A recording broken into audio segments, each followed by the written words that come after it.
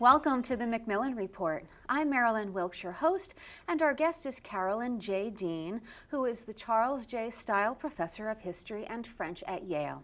She is a historian of modern Europe with a focus on the 20th century, whose work explores the intersection of ideas and culture, most recently in the context of genocide. Professor Dean is the author of several books that focus on the historical and cultural representation of victims, most recently Aversion and Erasure, The Fate of the Victim After the Holocaust, and The Fragility of Empathy After the Holocaust. She has also written extensively about gender and sexuality in France and on the intellectual history of French theory. Today we'll talk with Professor Dean about her latest book, The Moral Witness: Trials and Testimony After Genocide. Welcome, Professor Dean. Thank you. Let's start with an overview of your book. Tell us about it.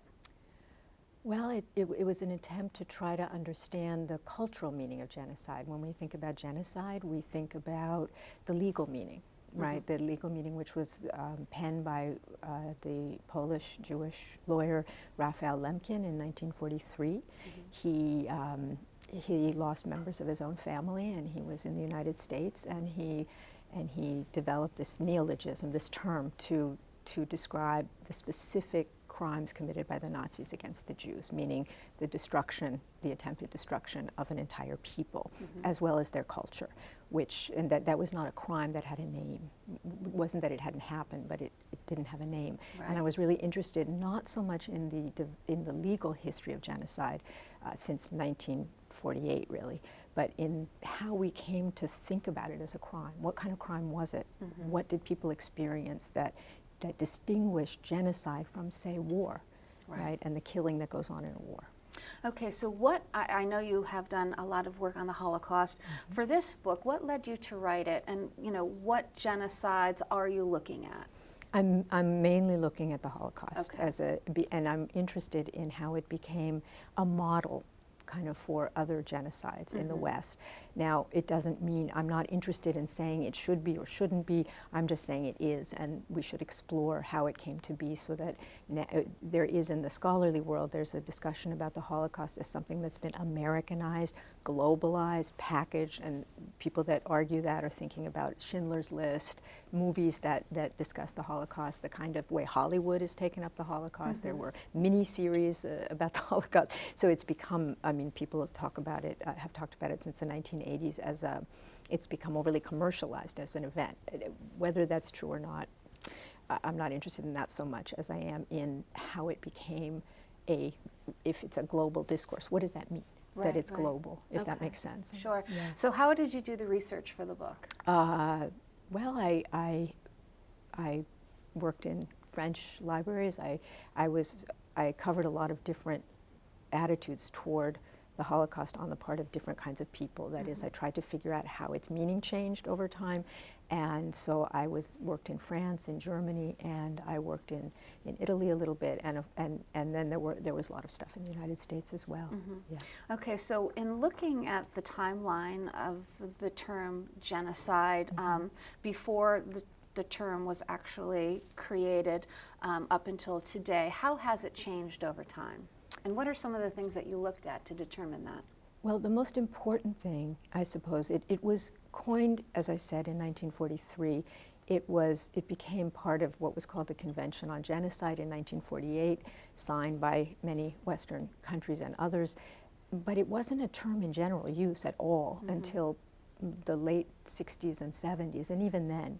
So I think that it's important to remember that there are, I think, two phases in understanding, or three phases in understanding genocide.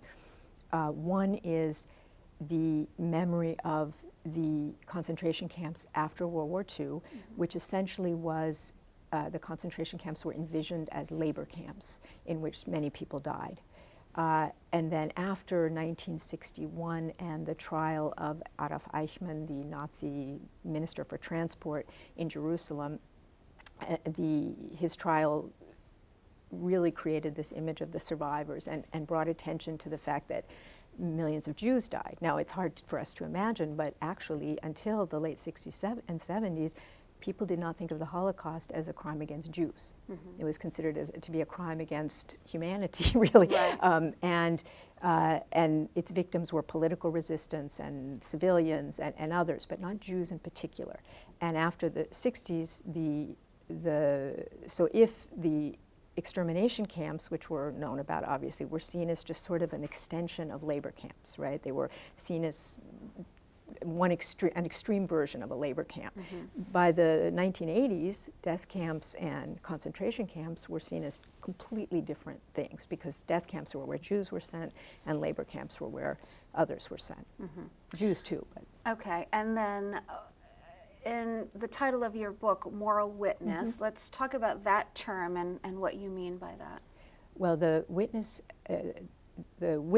as people may know, is a biblical term. Obviously, it comes from the Bible, as I said. And in fact, in the Holocaust Memorial Museum, it's etched on the entry, "You are my witnesses." And so what I was interested in is how this term, which has been used by abolitionist movements, it's used by evangelicals in its religious sense, and it's used by secular political movements, and now people use it all the time to say bearing witness, to talk about our response to crimes, how we are morally responsible for seeing, testifying, reporting, etc., so that we can presumably use this testimony to stop genocide in the future, to stop these kinds of crimes.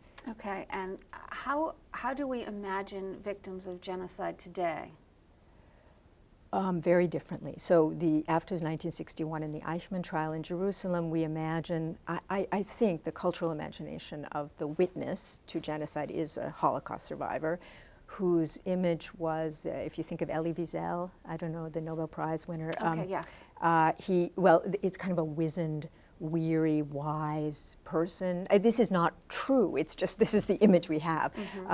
And this came from the trial and the image of these people who had suffered, unfathomable violence. And these people had a certain kind of quiet dignity, and they were considered to have developed wisdom from their experience. And now, with the proliferation of genocide, what we see is a very different image of people who are sort of completely downtrodden, to be pitied, victims, who we must save. I think it's a very different image, and that has changed with the proliferation, as I said, of genocide. Yeah. Okay, and then, so what are you hoping your readers take away from your book?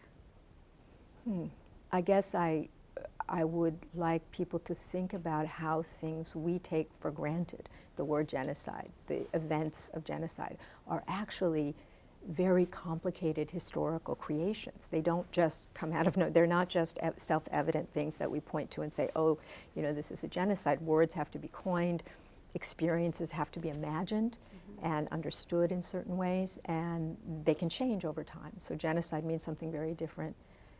Even if it has one definition, it means different things culturally, and that will change again in the future. Okay. So what are your next steps? What are you working on now? Oh, now I'm working on a book about bystanders. And what does that mean? That means that the category, usually people, a very famous historian coined the word bystander to talk about victims, perpetrators, and bystanders as the three categories that we need to explore in order to understand mass violence. And the bystander is the most difficult because it's clear who victims are, it's clear who perpetrators are, and then there are the rest of us, right, who can be, by our inaction, are we perpetrators, by our, what is our moral responsibility to do something? The kind of judgment of bystanders has always been very complicated, and I think that, and it's a term that only really, our moral obligation to do something is itself very recent, the idea that we should speak up, etc. So I think that, so I'm very interested in historically how this experience of bystanders is actually lived. What is the lived experience of people I'm working on occupied France in particular, France under the Nazis, from the perspective of victims. So that must be somewhat difficult to get at from a research perspective. So how are you doing that? I'm looking at all the testimonies of, we have the Fortunov archive here, which is the archive for which was started here to take testimonies from survivors.